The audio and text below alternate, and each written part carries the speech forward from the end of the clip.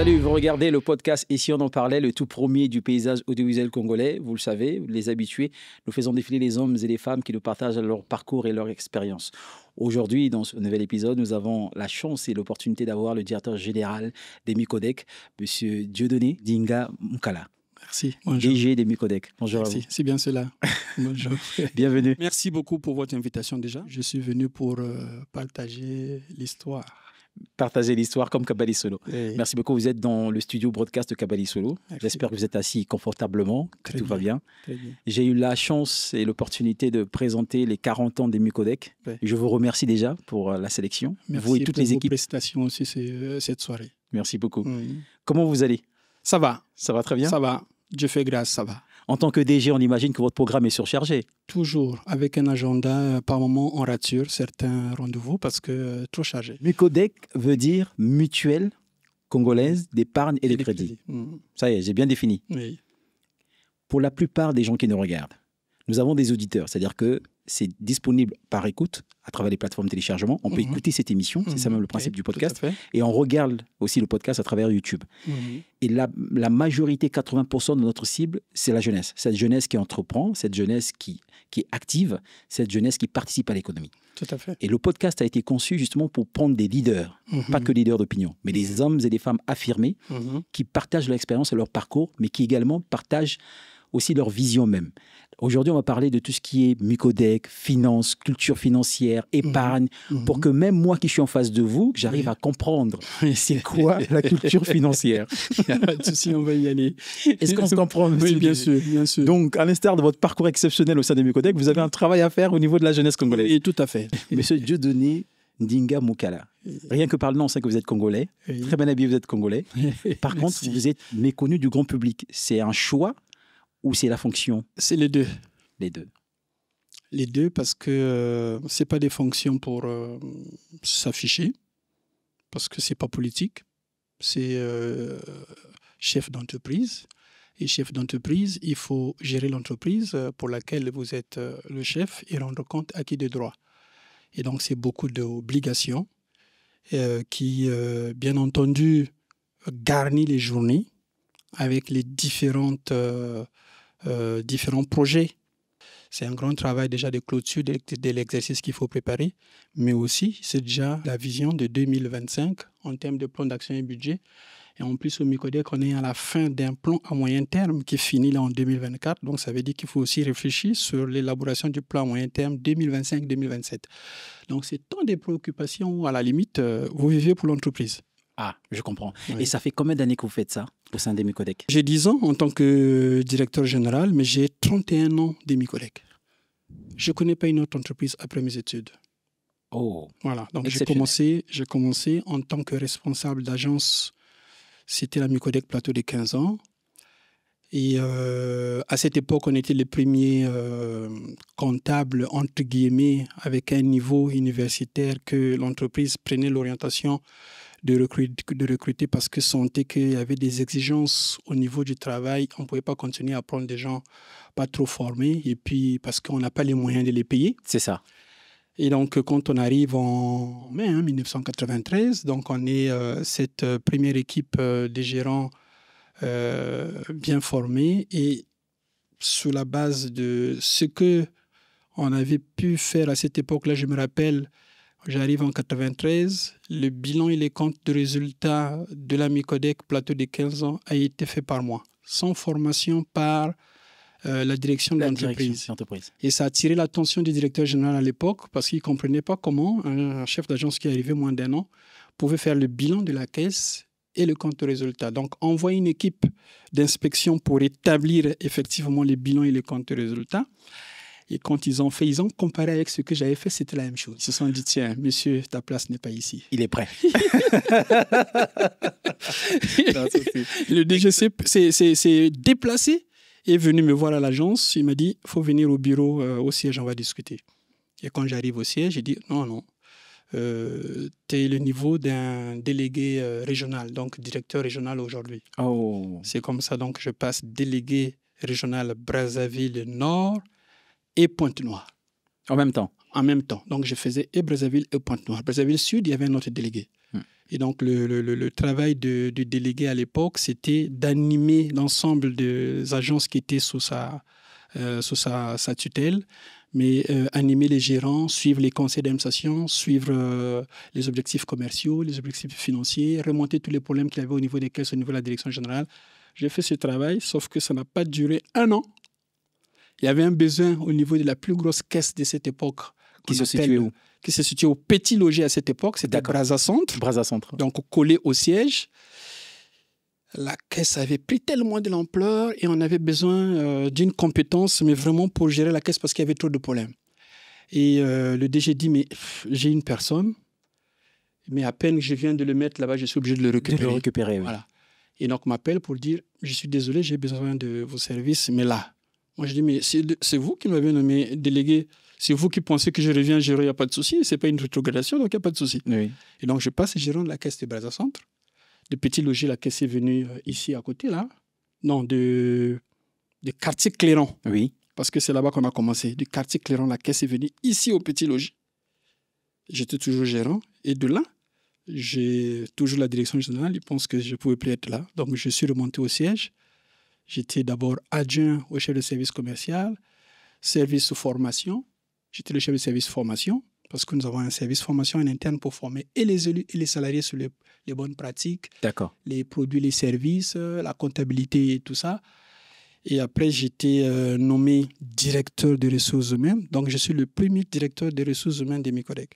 Incroyable. Avant, c'était des chefs de service. Donc, le premier directeur des ressources humaines de mes collègues, c'est moi. Et donc, quand je suis nommé directeur de ressources humaines, c'est 2003 que je suis nommé directeur de ressources humaines. Et donc, il faut réorganiser l'entreprise à travers les bonnes pratiques en matière de management des ressources humaines, l'élaboration poste par poste des fiches de fonction qui sont passées fiches de poste par la suite, rimer tout cela par rapport à l'organisation, aux procédures. J'ai fait ce travail et en 5 ans, c'était suffisant. On m'a enlevé le poste et j'étais nommé deuxième dirigeant. Deuxième dirigeant, en fait, c'était juste... Une préparation. L'antichambre. Oui, l'antichambre. Donc, j'ai fait juste 2 ou 3 ans, je ne me trompe pas. J'ai été nommé en 2010, très exactement, novembre 2010, j'ai été nommé directeur général adjoint. Et donc, novembre 2010, directeur général adjoint. Avril 2014, je suis nommé directeur général. Directeur général.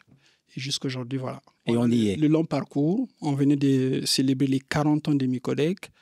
Et j'ai dit quelque part, oui, dans les 40 ans, il y a 9 que j'ai ratés, j'ai 31. Incroyable. Vous avez un très beau parcours. Je t'applaudis.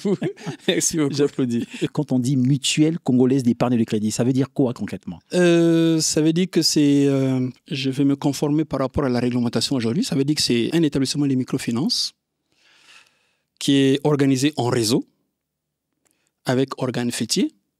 En fait, c'est une société coopérative avec conseil d'administration. Donc, vous avez les caisses locales, les agences, et vous avez la direction générale qui est l'organe fêtier. Et moi, je suis le directeur général de la fédération, donc directeur général de l'organe fêtier. Dans les caisses, nous les appelons les gérants, mais en fait, c'est les directeurs des caisses.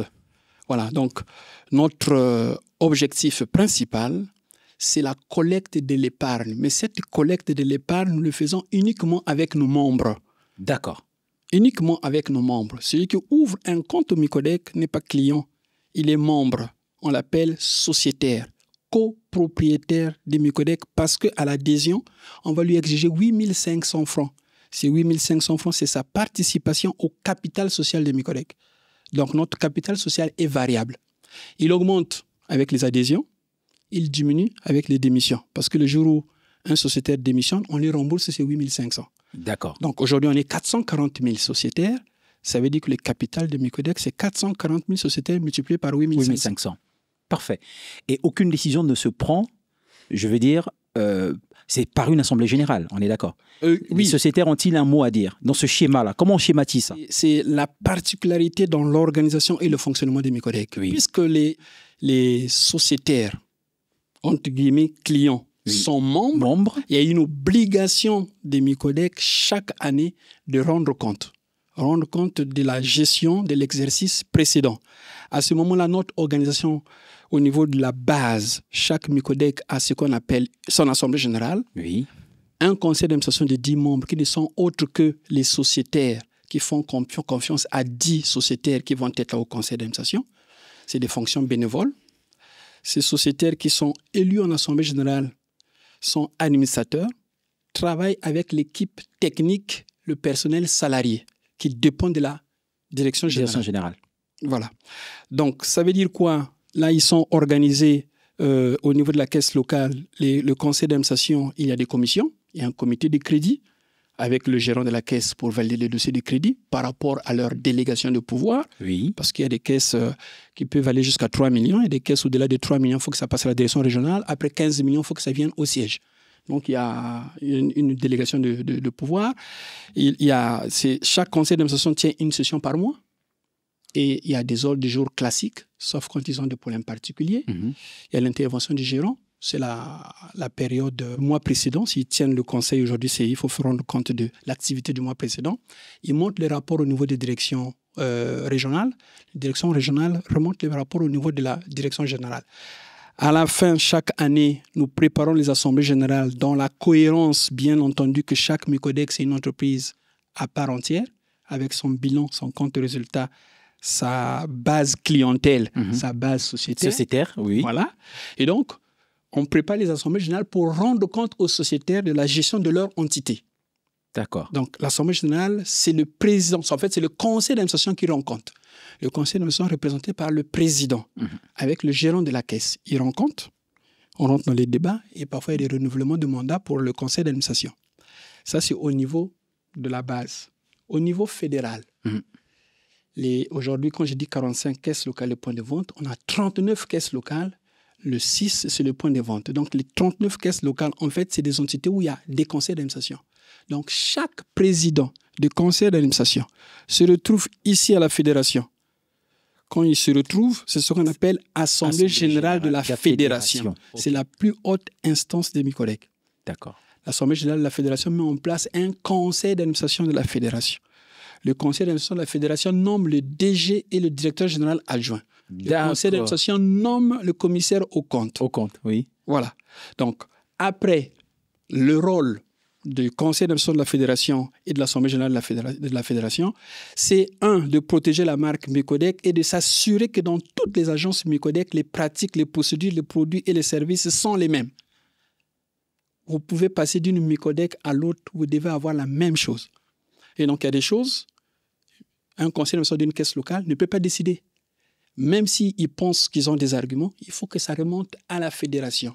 C'est la fédération de juger que ça, c'est opportun, on peut valider. Et à ce moment-là, c'est applicable dans toutes les caisses du réseau. Oui. Mais pas dans une caisse particulière et dans les autres, il n'y en a pas. Très bien. Voilà un peu résumé. Waouh.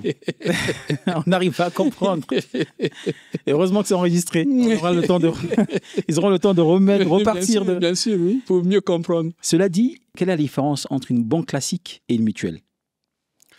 La différence est simple. Dans une banque classique, on est client. On n'est pas informé de la gestion de la banque. On ne participe pas à l'Assemblée générale. On ne sait pas si la banque a des engagements, est en train de se casser la figure. Et en bonne pente, on ne connaît rien, sauf les associés, puisqu'ils sont actionnaires. Au Micodec, on est copropriétaire. Quand vous avez un compte Micodec, vous êtes copropriétaire. Tout à l'heure, je disais, à l'adhésion, vous avez 8500 qui vont dans le capital social des Micodec. Donc, les Micodec ont l'obligation, puisque vous êtes copropriétaire, vous êtes membre, de vous rendre compte de la gestion chaque année. Ce qui explique que nous, chaque année, on a des assemblées générales dans toutes les caisses. Dans les banques, il n'y a pas d'assemblée générale. C'est une seule assemblée générale pour les actionnaires. Nous, il y en a dans toutes les caisses. Et puis, il y a une assemblée générale de la fédération qui clôture.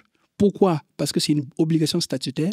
On rend compte aux sociétaires, parce que c'est eux les propriétaires de l'entreprise. Ils voient et ils prennent des orientations, ils valident, ils décident, et après, on continue. Et donc, la différence, c'est que quand vous êtes au Micodec, vous êtes copropriétaire, c'est votre entreprise.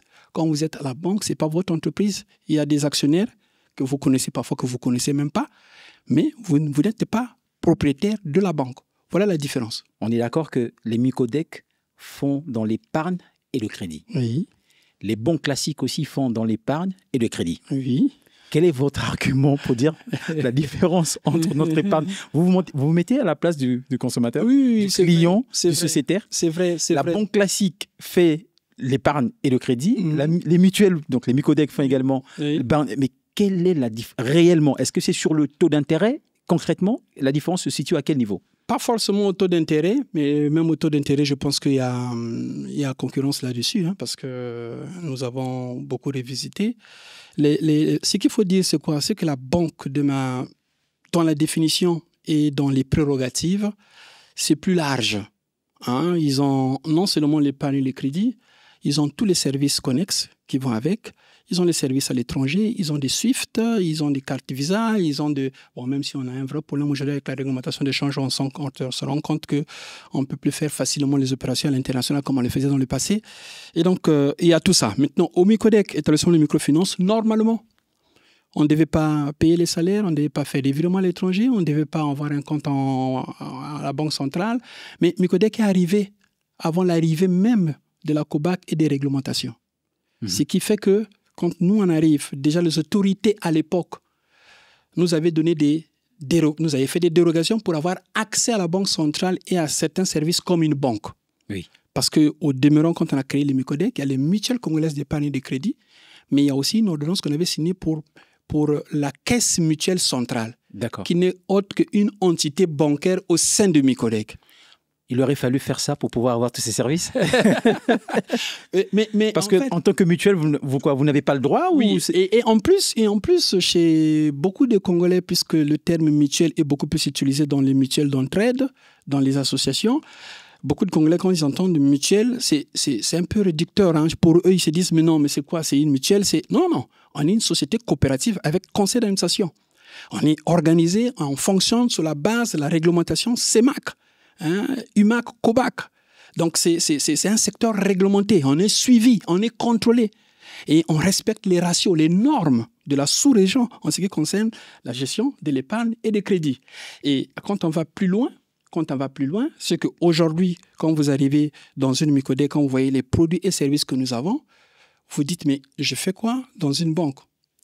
Parce que, effectivement, la vraie différence, c'est que vous êtes dans une structure où vous êtes copropriétaire. Au niveau des commissions, quand il faut les payer, nous, on n'est pas aussi regardant ou extrême parce que nous ne sommes pas là pour faire des résultats. Puis si on fait des résultats, il n'y a pas d'actionnaire pour prendre les dividendes. Nous, on est là pour chaque fois regarder les produits coopératifs et la satisfaction des sociétaires, donc jouer le juste milieu, parce qu'avoir les minimums qui nous permet d'investir et de moderniser les services pour toujours donner satisfaction aux sociétaires. Donc, c'est vraiment l'objectif. Et donc, la vraie satisfaction des Micodec, c'est chaque fois quand le sociétaire trouve son compte, c'est que chaque fois que le sociétaire, on améliore le bien-être du sociétaire, c'est chaque fois que le sociétaire est content des services, des produits et services Micodec. Ce n'est pas le profit en tant que tel, puisque le profit va profiter à l'ensemble des 440 000 sociétaires. C'est ça. C'est la différence en fait. Et quand j'entends parfois, oui, sur les crédits, vous êtes trop cher, ça dépend. Ça dépend parce que les crédits, on sait tout faire. On part de 6, 7, 9% jusqu'à 18%. En termes de taux. Mais je peux vous dire, et ça va vous surprendre, que les demandes de crédit que nous avons, bien qu'on peut faire du 9% sur l'habitat, sur 10 ans, vous voyez des sociétaires, ils préfèrent prendre le crédit qui est à 18%. Et je vous dis, notre portefeuille est constitué de plus de 50% des prêts au taux de 18%. Mais pourtant, il y a 12, il y a 10, il y a 9. Pourquoi? À mon avis, je pense que c'est tout simplement quand c'est un crédit affecté, il faut des justificatifs pour prouver votre demande et pour que le dossier soit validé. Si on prend le cas de l'habitat, il faut un titre de propriété, il faut un devis de travaux, il faut bien toute la paperasse qui va derrière, les plans et autres. Quand je vais dans un crédit revolving, ils aiment bien 10, 15 mois de salaire, consommation, équipement. C'est juste une facture pro forma, vous faites ça, vous avez l'argent. Et donc, à notre avis, on pense qu'ils sont plus aptes à un crédit non affecté parce qu'il y a moins de paperasse pour la demande de crédit qui est un crédit affecté. Nous, c'est comme ça qu'on le conçoit. La banque, il y a des actionnaires, donc il faut forcément travailler, et les actionnaires vivent de leurs dividendes. Vous m'arrêtez si je me trompe, je ne suis pas un expert en finance. Mais la banque, il y a des actionnaires, les actionnaires vivent de leurs dividendes, et au niveau de la mutuelle, il n'y a pas d'actionnaires, tout le monde est membre, et en fait, on n'est pas là pour faire du profit, mais néanmoins, on arrive à supporter nos charges. Voilà. C'est bien ça? C'est ça, mais il faut trouver le juste milieu, parce que si on est là à faire un résultat zéro, comment on va faire demain pour renforcer notre capacité d'autofinancement? Ça reste du profit, monsieur Diding. Oui, mais c'est du profit pour la satisfaction des membres qui sont sociétaires. Parce que, est-ce que vous reversez ce profit? Est-ce que c'est vrai que dans une mutuelle, on reverse le profit après avoir dégagé les charges? Non. Le profit, nous le reversons pour encourager ceux qui sont dans l'objet principal de Micodec qui épargne. C'est-à-dire, quand vous ouvrez un compte, vous avez mis de l'argent. Chaque fin d'année, on sait regarder les comptes. Que vous retirez ou pas, que vous ayez 10 000, 100 000 et puis c'est redescendu, on sait aller calculer pour vous rétribuer ce qu'on appelle la ristourne. D'accord. Donc, le fait d'être membre dans les Micodec, en fait, vous êtes membre, vous êtes sociétaire, et en fait, c'est par mois ou par année? Non, c'est par an. On regarde le fonctionnement par an, en fait, vous avez de l'argent qui vient dans votre compte. Qui vient dans votre compte parce que vous avez bien épargné. Et si vous avez bien épargné, il y en a qui dépassent 1 million, 1 million 500, 400 000, 500 000 de ristournes. Ce qui fait toute la différence avec une banque classique. Je pense que là-bas, ils parlent en termes d'intérêt, surtout sur les comptes à terme ou dépôt à terme. Sur le compte d'épargne aussi, eux aussi, ils ont des intérêts sur le compte. Mais chez nous, c'est ristourne parce que vous êtes membre. On rétribue un membre sur la base de ses efforts d'épargne. D'accord. Voilà. Après, nous alignons l'ensemble des produits et services adaptés et qui sont chaque fois revisités.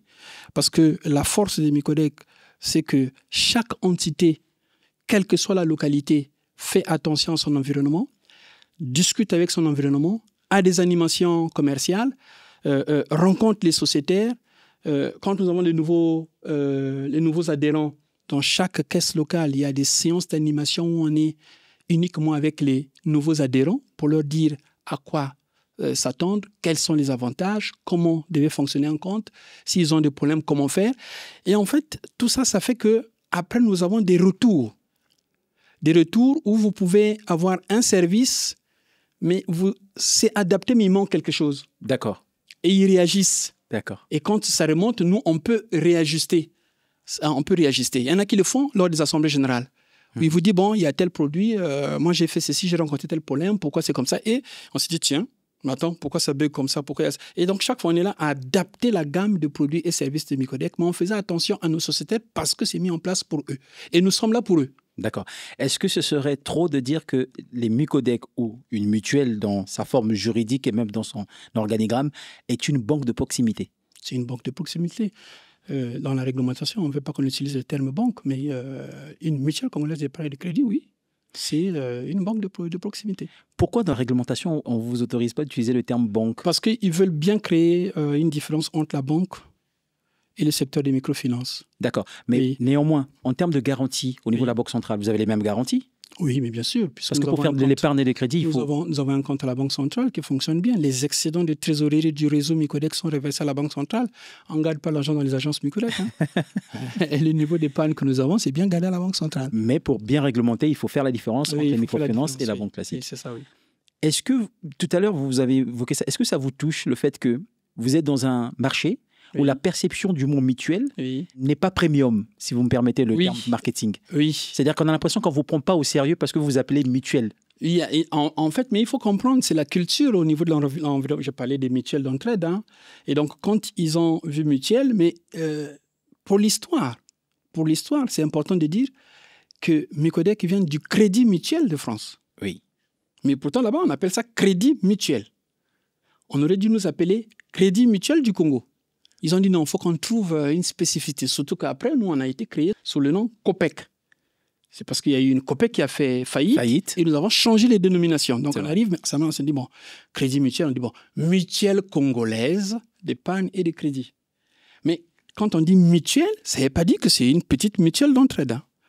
Nous, un exemple simple, on sait faire 15 000 francs CFA de crédit, comme on peut faire des centaines de millions de crédits.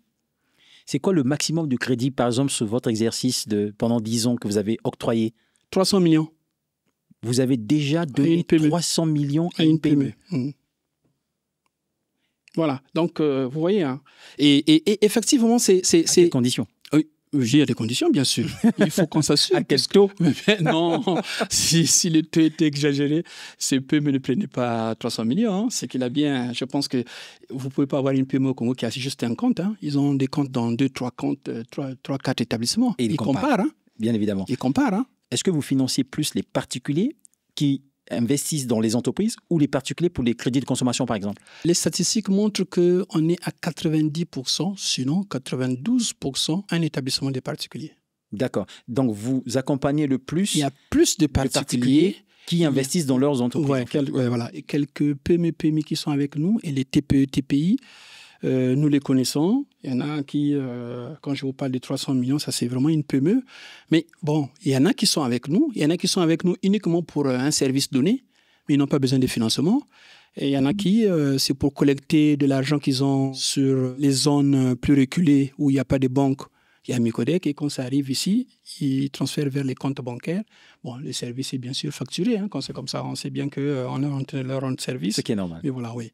Et donc, voilà comment ça se passe. La culture de l'épargne, le rapport du Congolais à l'argent. Monsieur Ndinga, la culture de l'épargne au Congo. C'est un vrai travail. C'est un vrai travail parce que vous avez toutes les catégories. Vous avez des gens qui n'épargnent pas. Là, je vais parler des sociétaires Micodec sur la base de ce que je vois. Vous avez ceux qui n'épargnent pas. Il a son salaire qui passe au Micodec. Il est demandeur de crédit. Un bon consommateur de crédit. Il ne sait pas épargner. On est arrivé à des scénarios où, pour prendre un crédit, il faut que vous ayez le tiers dans votre compte. C'est pour lui forcer à épargner. Il y en a qui ont trouvé que c'était trop. On est passé à 1/5, 1/10. Par moment, on a dit, OK, même si vous avez 0 francs dans le compte, on les finance dans le montant qu'on vous donne, on retient pour mettre dans le compte. En fait, c'est parce que sans épargne, on n'existe pas. Voilà pourquoi on dit d'abord épargne et crédit. Mutuelle congolaise d'épargne et de crédit. Et donc, effectivement, là, c'est les cas que nous voyons. En dehors de ces cas, vous avez des épargnants, des gens qui épargnent. Mais ils ne veulent pas que tu lui parles du crédit. Pourquoi? C'est curieux. Il y en a qui ont peur du crédit. Hein. Oui, c'est vrai. Oui. Parce que ce n'est pas culturellement... Voilà, oui. Il y en a, ce n'est pas culturel, le crédit chez nous. Voilà, il y en a, il épargne, mais c'est un bon épargnant. Vous le ciblez, vous l'approchez pour lui faire un crédit. Il dit non, j'en ai pas besoin. Ah non, moi, je n'ai pas besoin de crédit. Il a peur du crédit. Il a peur du crédit. Le Congolais a peur du crédit, M. Ndinga? Il y a des Congolais qui ont peur du crédit. Mais pour nous, en tant que Micodec, c'est un très bon signe. Quand quelqu'un a peur du crédit, on peut le travailler pour qu'il prenne du crédit. Ça veut dire qu'il est sérieux, il va rembourser. Non, il jauge bien sa responsabilité et l'engagement. Parce que pourquoi il a peur du crédit? Parce qu'il sait que quelque part, il va être lié par un contrat, il faut le respecter. Ouais. C'est comme ça que c'est pris. Peut-être parce qu'il sait qu'il n'est pas sérieux. Non, mais le plus souvent, s'il n'est pas sérieux, il va prendre le crédit et puis il va vous montrer 1000 couleurs. Hein. Vous avez déjà eu des sociétaires qui ont pris du crédit qui n'ont pas? Mais ça manque pas. Sérieux? Ça manque pas. Et comment ça se passe dans ces cas? Je continue d'abord là. Vous avez ceux qui épargnent et qui prennent du crédit. D'accord. Donc, vous avez tout. Il y en a qui épargnent et ils prennent du crédit. OK. Et puis, vous avez des cas, des sociétaires, par rapport à la dernière préoccupation, il peut prendre un crédit. Il a pris un crédit, il est en train de le rembourser. Mais il arrive un événement qu'il n'avait pas prévu. Il n'arrive plus à rembourser. Et quand il n'arrive plus à rembourser, ce qu'on conseille, c'est de venir nous voir au niveau de l'agence, discuter avec le responsable de l'agence pour lui expliquer. Le plus souvent, ce qu'on peut faire, c'est une restructuration du crédit tenant compte de l'imprévu qu'il a enregistré, comment on peut étaler les crédits pour absorber le retard. En pratique, vous réduisez en fait le montant qu'il doit... L'échéance. L'échéance, voilà. L'échéance. Hein, c'est rallonger la durée. Ou il y a des cas où, s'il y avait une garantie financière, c'est-à-dire on avait bloqué une partie d'argent, on le rembourse par anticipation pour baisser le capital restant dû et diminuer l'échéance sur la durée de remboursement. Donc on a des cas comme ça. Mais il y en a aussi, on est dans une société, hein, et il y a tous les comportements. Il y en a, il va prendre, mais pour vous, vraiment vous faire des misères. Donc, quand il prend, il a déjà tout réglé, mais vraiment, vous n'allez pas l'avoir. C'est là où, par moment, il y en a qui sont sévères avec nous quand on dit, bon, un crédit, il faut des garanties. Oui, un crédit, non seulement faut justifier la capacité de remboursement à travers les revenus que vous avez, mais il faut aussi des garanties parce que l'argent qu'on vous prête, c'est l'argent des autres. Et donc, il faut qu'on soit capable, dans le cadre de l'intermédiation que nous assurons, nous, que l'argent de A qu'on a donné à B, il va rembourser. Il ne faut pas que le jour où A vient demander son argent, qu'on lui dise on avait prêté à B et B n'a pas remboursé. Donc, c'est tout ce travail que nous faisons, ce qui fait qu'il y en a qui comprennent les conditions qu'on exige pour prendre un crédit, mais il y en a qui ne comprennent pas du tout. Mais nous avons quand même allégé pas mal de choses, surtout pour ceux qui ont leur revenu domicilié. On a allégé pas mal de choses et je pense que c'est cela qui explique que les 3 dernières années, on a fait quand même 249 milliards de crédits. Et uniquement, vous avez fait combien? 249 milliards de production crédit les 3 dernières années. Et uniquement 2023, nous avons fait 90 milliards de francs CFA. En crédit ou en bénéfice? En crédit. On ne pouvait pas faire ce bénéfice, c'est pas possible. C'est pas possible. Comment une mutuelle, fait du profit? Comment les Micodec font du profit? Parce que une mutuelle fait du profit en rémunérant l'essentiel, mais pas vraiment le principal, là où on pense que ces services-là nous coûtent. Et on peut le tarifier, mais en faisant très attention sur le curseur pour ne pas trop le pousser au bout. Déjà, je vais vous prendre un exemple simple. Je ne sais pas si je l'ai déjà dit, mais je pense que je ne l'ai pas dit. Quand vous ouvrez un compte au Micodec, le fait d'ouvrir un compte au Micodec, automatiquement, parce que vous avez ouvert un compte au Micodec, on n'a pas besoin de votre accord, on va vous éditer une carte monétique qui va vous donner accès au parc de distributeurs automatiques de billets Micodec. Nous avons 105 distributeurs automatiques de billets aujourd'hui répartis sur l'ensemble du territoire national. Qui peuvent marcher, vous me disiez en offre que ça peut marcher même dans les, ça fonctionne. Les banques classiques, La carte que vous avez, c'est une carte JIMAC. C'est une carte qui fonctionne sur les distributeurs Micodec, sur les distributeurs des autres banques au Congo et de tous les pays de la zone CEMAC. Centrafrique, Tchad, Guinée équatoriale, Cameroun, Gabon. N'importe quelle banque, cette carte-là fonctionne. Donc, vous voyez déjà, cette carte vous est produite gratuitement. Le renouvellement de cette carte à l'échéance est gratuit. Les opérations sont gratuites. Tout ça, c'est Micodec qui paye. Le sociétaire ne paye pas. D'accord. Vous voyez, non? Mais allez-y voir le fonctionnement d'un distributeur. 1, l'investissement du distributeur. 2, son fonctionnement derrière avec le réseau de télécommunications et les backups. 3, la maintenance. Vous voyez? Mais tous ces services sont mis en place, vous le consommez gratuitement. Donc concrètement, Micodec fait du profit pour tout ce qui nous regarde? En fait, nous faisons du profit pour financer le fonctionnement des Micodec et l'évolution ou la transformation dans la modernité pour satisfaire les sociétaires. Mais nous ne faisons pas du profit pour profit sans exagérer. Ça veut dire quoi, ça? Ça veut dire... C'est une réponse un peu... Oui, si, je prends le cas. Si on ne faisait pas de profit, qu'est-ce qui va se passer? Si on ne faisait pas de profit... Mais déjà, les sociétaires... Nous avons des investissements. Il faut les amortir. Les amortissements, on les finance comment? Si on ne fait pas de profit, ça ne marchera pas. Ça veut dire que quelque part, on n'aura pas de sécurité. Quelque part, on n'aura pas de fondation. On ne sera pas enraciné. On sera vulnérable. Donc, il faut faire du profit. Mais attention, il ne faut pas faire du profit pour le profit. Puisque le profit revient à la communauté. Oui, mais donc vous avez quand même vocation à faire du profit, comme une banque classique. Non, on n'a pas vocation à faire... On fait du profit, mais on n'a pas vocation à faire du profit. D'accord. Et le profit, il est non seulement redistribué avec les sociétaires, il est aussi pour amortir les investissements. Bien sûr, mais aussi investir sur des nouveaux chantiers. Là, nous avons la transformation digitale. Ça intéresse tout le monde. Nous avons, là, on parlait des distributeurs automatiques de billets avec la carte monétique. C'est des investissements. C'est des investissements, vous voyez. Derrière la sécurité, derrière le réseau de télécommunications, mais pas un réseau, pas deux réseaux, pas 3 réseaux. Après, vous avez des VSAT, vous avez tout ça, ça coûte. Et vous avez aussi une fondation. On a une fondation Micodec. Et la fondation Micodec, c'est dans le cadre de la responsabilité sociétale d'entreprise. C'est une fondation qui a été mise en place pour, bien sûr, soutenir les actions sur l'environnement, sur l'éducation. Récemment, nous avons construit un collège d'enseignement technique en Caï, en CAI, parce que, bon, effectivement, les collégiens de technique étaient en train de squatter un collège d'enseignement général pour faire leurs cours.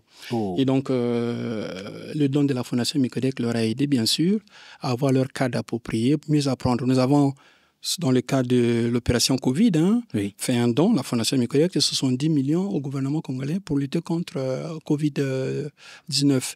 Nous avons aussi, avec le ministère de l'Enseignement, fait un don des manuels scolaires dans les passés, et avec le ministère de la Santé, des kits d'accouchement. Et là, on est en préparation d'une école qu'on a eu à construire au nord de la République. Et si ça nous réussit, avant décembre, on va remettre officiellement le don, et vous allez le découvrir, c'est dans la localité d'Ondembe. C'est très très bien. Toujours aussi proche de ces sociétaires. Bien sûr. Toujours avec des actions pour montrer que on est avec les sociétaires et on ne peut pas faire sans eux. Sociétaires et population, bien entendu. En passant, je signale que Micodec a créé une radio. Radio Micodec. Radio Micodec, depuis 2010. Cette radio a pour vocation d'informer et de former les sociétaires et tous les prospects sur l'épargne et les crédits. Vous voyez, hein? Donc, on a investi sur un outil de communication où le sociétaire ne paye rien. Tout est financé à 100% son fonctionnement par les Micodec. Si vous allez au niveau de la radio Micodec, il n'y a aucune activité qui rapporte un seul franc au Micodec. Mais le sociétaire ne doit pas le voir comme ça sur son compte. En dehors, bien sûr, d'une cotisation statutaire qu'il paye par an, le reste, il ne voit rien. Il n'y a pas de débit. Il n'y a rien. Et je vais encore plus loin. Le fait seulement d'ouvrir un compte au Micodec, non seulement il a la carte, qui est donné gratuitement avec ce que ça ouvre sur les 105 distributeurs, le parc des 105 distributeurs automatiques de billets. La carte lui donne accès. Cette carte est déjà assurée. Parce que Micodec a créé en 2022, en juillet 2022, Micodec a créé une société d'assurance, AMC Assurance. Et nous avons voulu, par cette société, faire de la micro-assurance. D'accord. Comme on fait de la banque assurance. Assurance, oui. Et donc, quand vous êtes sociétaire de Micodec, le fait d'avoir un compte Micodec, quelque part, vous êtes déjà assuré par votre carte. Vous perdez votre carte, vous venez au guichet, vous ne payez pas. C'est l'assurance Micodec qui prend en charge le renouvellement de la carte. D'accord. Donc, la carte est assurée. La carte est assurée. Pas l'utilisateur. Mais vous n'avez pas payé. Oui, vous n'avez pas payé. Vous n'avez pas payé. Okay. Pas l'utilisateur. Ça, c'est d'autres types d'assurance. Mais l'utilisateur, quelque part, est assuré. Mais sur un fait. Sur la perte de la carte. Non, c'est pas pour la perte. Sur la perte de la carte, oui. C'est la carte qu'on renouvelle. Oui.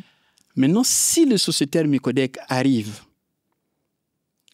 décède, le fait d'avoir un compte Micodec, il y a une assurance qui est souscrite pour l'ensemble des 440 000 sociétaires, bien qu'ils ne peuvent pas mourir le même jour.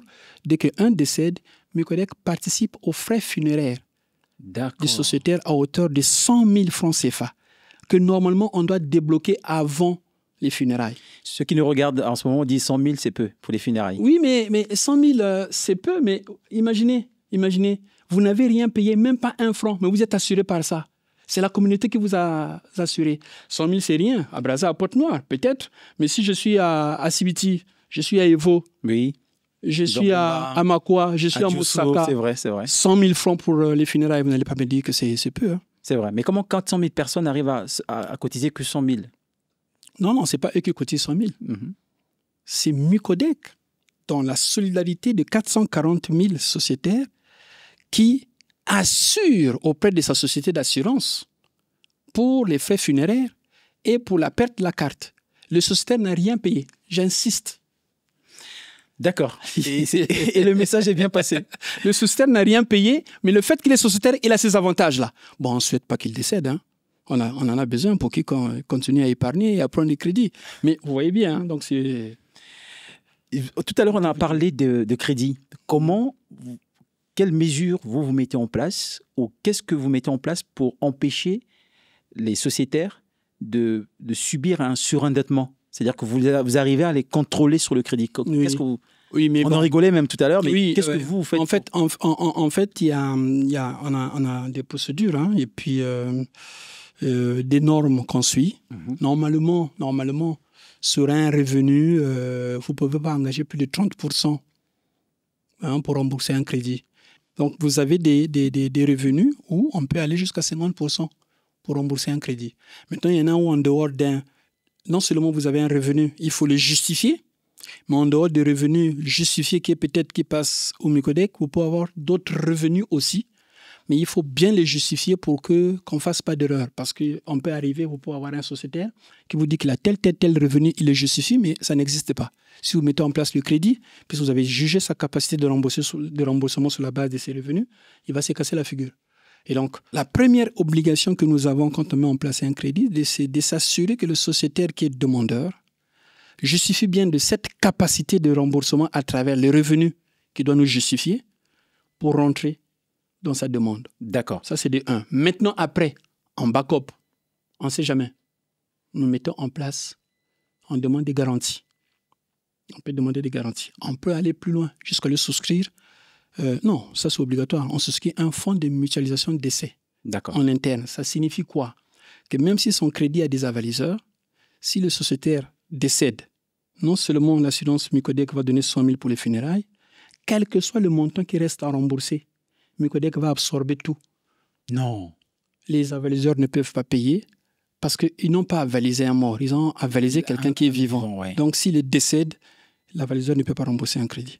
Et maintenant, si il y a un sociétaire, un sociétaire qui est avaliseur, qui, pendant qu'il sait que l'emprunteur est décédé, on lui a fait des retenues sur le salaire, il suffit d'aller réclamer, on vous le rembourse. D'accord. Et justement, pour enchaîner, il y a quel type de prêt que vous faites et quelles sont les différentes étapes pour avoir un prêt au niveau des Micodec? C'est simple. 1, il faut avoir un compte. 2, il faut que le compte soit ancien de 3 mois. Pourquoi? Parce qu'on veut vous observer. Donc, il faut que le compte soit ancien de 3 mois. 3, il faut justifier d'un revenu, manifester votre demande de crédit, présenter les garanties. D'accord. Ça, c'est en règle générale. En règle générale. Maintenant, je peux rentrer dans les détails, mais c'est plus compliqué parce que ça dépend des objectifs de l'objet de chaque crédit. L'objet de chaque. On sait faire de la consommation pure et dure. On sait faire de l'équipement, c'est toujours la consommation. De l'habitat. On peut faire de l'habitat. On a même des crédits saisonniers, rentrée scolaire, fête de fin d'année. On a même le crédit Femmes en Action, qu'on avait mis en place à l'occasion du mois de mars, le mois de la femme. Donc, pour ceux qui ont des petits commerces qui nécessitent 100 000, 200 000, 300 000 pour faire des petits commerces, en fait, il faut s'adresser au Micodec, avoir un compte Micodec. Et là, c'est pour le mois de mars, normalement, ça devait intéresser toutes les femmes qui cherchent à se lancer dans les petites activités. D'accord. Et on donne jusqu'à 1 million. Quel type de projet, vous, en tant qu'homme de finance, pouvez conseiller à cette jeunesse? Quel type de projet dans lequel ils doivent investir? Ou les projets prometteurs? Il ne faut pas souvent orienter les gens, des jeunes, sur des choses qui ne sentent pas, sur des choses qui ne vibrent pas. Il faut faire très attention. C'est comme un enfant. Vous avez votre enfant, vous pensez qu'il faut qu'il soit communicateur parce que vous êtes communicateur. Attention. Peut-être que ce n'est pas son truc. Il faut bien observer l'enfant. Il faut parfois lui laisser le choix de dire, moi, je vais aller vers là. Et il faut l'accompagner. Le plus souvent, les parents ont fait une erreur. L'enfant va aller dire, non, par rapport à l'environnement, va là. Il y a des enfants qui sont allés pour faire plaisir aux parents, mais après, il est revenu faire ce qu'il voulait faire. Et donc, c'est pour les jeunes aussi. En fait, aujourd'hui, il y a beaucoup de choses à faire. Hein. Et je pense que tous les chantiers sont ouverts au Congo, tous les secteurs. Mais c'est aux jeunes de se dire, moi, il y a ça. Je me retrouve dans ça. Ce qu'il est en train de sentir au fond de lui, c'est important parce qu'il faut faire, parce que non seulement il vibre dans ça, quand il le fait, il le vit, hein, il est en train de travailler, il le vit, c'est il le fait avec passion. Voilà, avec passion. Parce que quand on fait avec passion, on finit par réussir. Quand on fait parce que bon, on m'avait conseillé, j'étais pas pour, mais bon, par moment, on peut lâcher facilement. Donc les Micodec tendent l'oreille à tous les porteurs de projets, peu importe le secteur d'activité. Bien sûr, bien sûr. C'est-à-dire que c'est aux porteurs de projets de nous convaincre. D'accord. De nous convaincre, de nous montrer qu'il est vraiment dans son truc là. Mais même s'il n'est vraiment pas du digital, il arrive avec un projet sur le digital, il doit vous convaincre. Il faut nous convaincre parce qu'à la base, quand vous arrivez avec votre projet, vous avez un besoin. Vous nous avez justifié sur la base de documents. Et par moment, on peut vous rencontrer parce qu'on s'est dit, il faut le rencontrer, il faut discuter avec lui. Parce qu'il y a des choses, il y a quelques anomalies qu'on a constatées. Parfois, ça ne peut pas être des anomalies. C'est peut-être une idée qui est mal exprimée. Et quand on discute, on peut mieux percevoir ce que vous voulez et autres. Mais en tout cas, la mission première des Micodec, c'est faire de l'épargne et du crédit. Et le crédit, c'est notre dada, entre guillemets, si vraiment on peut le dire comme ça. C'est notre dada. On ne peut pas vivre sans crédit. Le chiffre d'affaires de Micodec est constitué de 70% de produits qui viennent des crédits. Pas des commissions. Les commissions, c'est le reste et les accessoires. Donc, c'est pour vous montrer. Parce que sur les crédits, il y a des taux d'intérêt. Parce que non seulement il y a des taux d'intérêt, mais ça montre bien que on fonctionne sur la base de l'objectif principal de Micodec, qui est l'épargne et le crédit. D'accord. Monsieur Ndinga Moukala, merci à vous d'avoir répondu présent à notre invitation. C'est moi. Merci beaucoup. J'espère que vous avez apprécié Kabali Solo et que vous allez nous recommander dans vos petits papiers. On sera là. Parce que je me rends compte que c'est vraiment Kabali Solo. J'ai eu à dire ce que je n'avais pas pensé dire grâce à vos questions, vos interrogations, vos remarques. Et peut-être que j'ai encore à dire, mais bon, le temps imparti de l'émission, et peut-être qu'on aura d'autres occasions, ça sera avec plaisir. Merci beaucoup. Et merci à vous de nous avoir suivis, de nous avoir écoutés. Abonnez-vous sur notre chaîne YouTube, téléchargez le podcast, suivez-nous sur les réseaux sociaux. Nous sommes l'agence Kabali Solo. Merci à vous et à la prochaine.